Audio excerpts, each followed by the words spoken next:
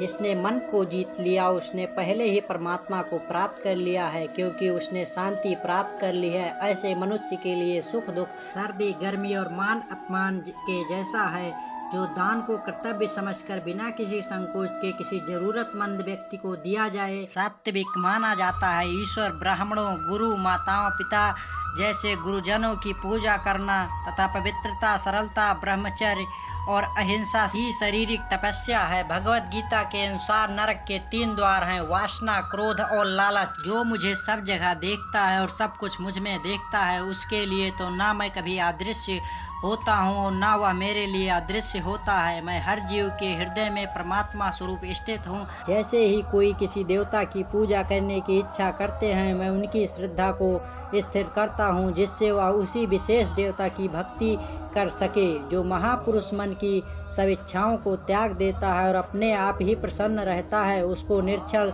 बुद्धि कहते हैं। जो विद्वान हैं वो ना तो जीवन के लिए शौक करते हैं, ना ही मृत्यु के लिए शौक करते हैं। जीवन ना तो भविष्य में है, ना जीवन अतीत में है, जीवन तो इस क्षण में है। खुद को जीवन के योग्य बनाना ही सफलता और सुख का एकमात्र मार्ग है। कृष्ण कहते हैं, जो पुरुष सुख दुख में विचलित नहीं होता, इन दोनों स्थिति में समान रहता है, वह निश्चित रूप से मुक्ति के योग्य है। जिस प्रकार मनुष्य अपने कपड़े त्याग कर नए धारण करता है, उसी प्रकार आत्मा पुराने तथा व्यर्थ शरीर को त्याग कर नए भौतिक शरीर को धारण करता है। जो कर्म को फल के लिए करता है, वास्तव में ना उसे फल मिलता है ना ही कर्म। फल की तलाश छोड़कर कर्म करने वाला पुरुष ही अपने जीवन को सफल बनाता है।